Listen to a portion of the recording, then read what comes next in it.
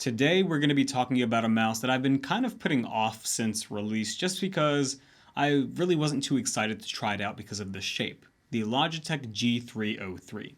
I've been using it for about a week and it really only took me about 10 minutes to realize that this shape isn't for me, but that doesn't mean that the mouse is bad and that doesn't mean that you're going to not like it or hate it, because the overall package that is this mouse is pretty great. Really, the only issue that I have with it is the shape and mostly the back of the mouse, not even the whole mouse. Now that might have something to do with the fact that I'm used to something like the G Pro X Superlight, which I've been maining since release, and before that, the G Pro Wireless, which is a super light but heavier, and before that, the HyperX Pulsefire Surge, which basically they all look the same, they all feel the same. Pretty much all mice have this very traditional, safe design, and that's just what my palm is used to. I'm not hating this design just because it's new. I actually quite like it. It looks pretty cool.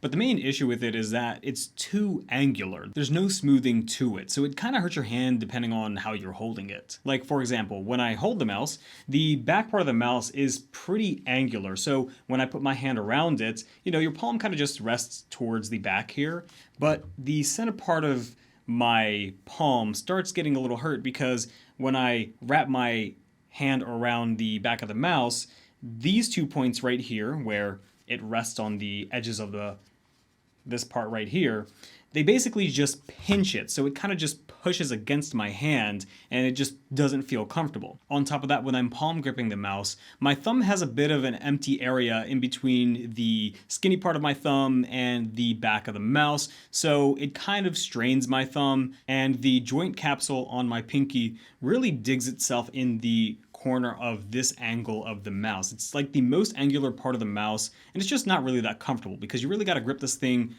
or any mouse, pretty grippy to get a good hold on it, especially when you're playing a lot of FPS games and you're flicking the mouse very fast left and right. You don't want the mouse flying out your hand. Really, if you want to use this mouse for an extended period of time, the only grip that I found that worked totally fine was with a claw grip.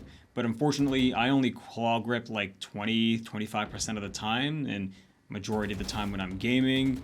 But yeah, for palm grippers, this is probably not it. Luckily, the shape is pretty much the only issue that I found with this mouse, because everything else about it is probably A+. The mouse clicks feel and sound much improved over pretty much any other Logitech mouse I've used in the past, including the most recent Superlight and G Pro Wireless.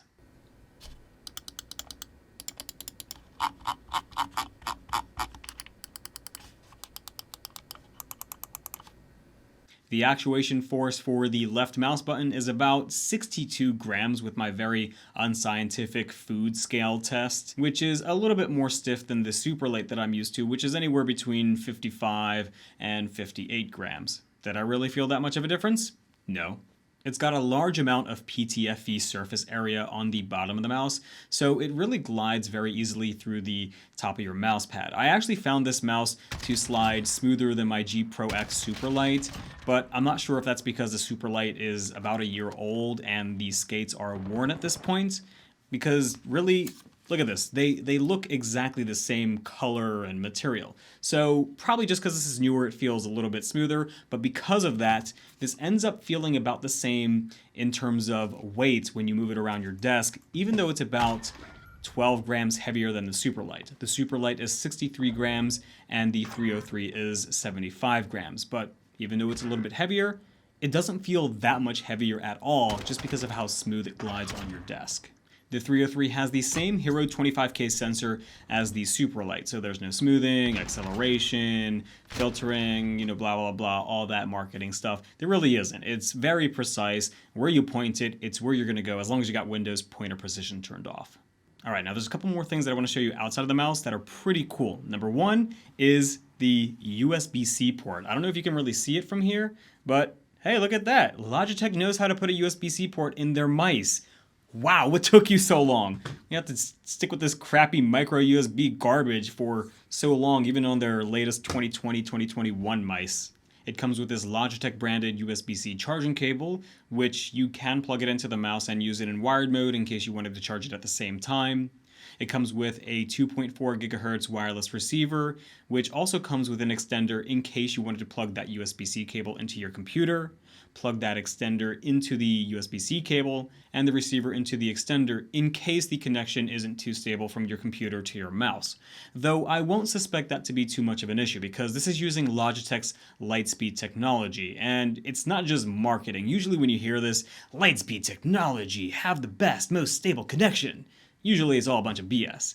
But when it comes to Logitech and Razer, they have the best wireless connections in the market for gaming peripherals, and that's also the case with this mouse. I had no issues with stuttering, jittering, disconnection at all when using it on my desk. Now, when using it on my B-roll desk, I did have a little bit of jitter because the USB hub that the dongle was plugged into is basically on my main gaming desk, and the mouse was on the far end of my B-roll desk, so it was pretty far and being blocked by my body. But all I did was bring the wireless dongle, plug it into the monitor, and I was totally fine. Speaking of the receiver, take a look at this cool little spot on the back of the mouse that you can slide the receiver in so you don't lose it when you're traveling. Now, I've seen this in other Logitech and Razer mice where it's like on the bottom of the mouse and you could just cover it up with the puck, but this is one of the coolest and cutest implementations I've seen so far. Also speaking of the receiver, because it has a receiver, and because it's wireless, that means it has a battery. And the battery life on this thing is nuts. I already thought 80-ish hours on the G Pro X Superlight was good, but this one is on a whole different level. Now, if you don't already know how much battery life this has, how much do you think it is? 20, 30, 60, 100, 120 hours? Try 145. At least that's Logitech's claim, and I don't doubt them. Because when I first got this mouse a week ago, it was like 49% battery, and it's still at like 42, 41%. It's stuck in the 40s, whereas with the Superlight, it drains like, I don't know, 8, 10% per day. It's freaking awesome battery life. I wish the Superlight had that. Now, the awesome battery life is helped by the fact that it has no RGB LEDs on the outside of the mouse, at least not active and like cool looking ones. The only one you get is this LED in the front of the mouse when you're switching DPIs, and it doesn't even stay on after a few seconds. So overall, I think this is a great mouse let down by its poor angular hurting design. If these points over here and over here were just a little bit smoother, where they weren't so angular, so sharp, where it just penetrates my hand, my palm, then I think this would be basically one of the best mice for the price, and you wouldn't even want to get anything else because it's got amazing clicking, the best wireless technology on the market, the best battery I've seen on any lithium-ion wireless mouse to date, an amazing sensor. Logitech's Hero 25K sensor is nothing to scoff at. It's one of the best you can get. And I mean, just an overall great package. Oh, and it's USB-C, don't forget that. But if it wasn't for the design, I'd recommend this to literally anybody that's looking for a top-tier wireless gaming mouse. At this point, I'm just going to be like, you can try it out. It's got great features, but you might not like the design. I just wish that they'd made this a little bit smoother or just more a traditional design. That, or just bring everything into this Superlight. Like, I wouldn't mind having all that here, even if the USB-C port brought an extra 3 grams. I don't really care. But yeah, great mouse. Don't like the design as much, but that's more of a personal preference.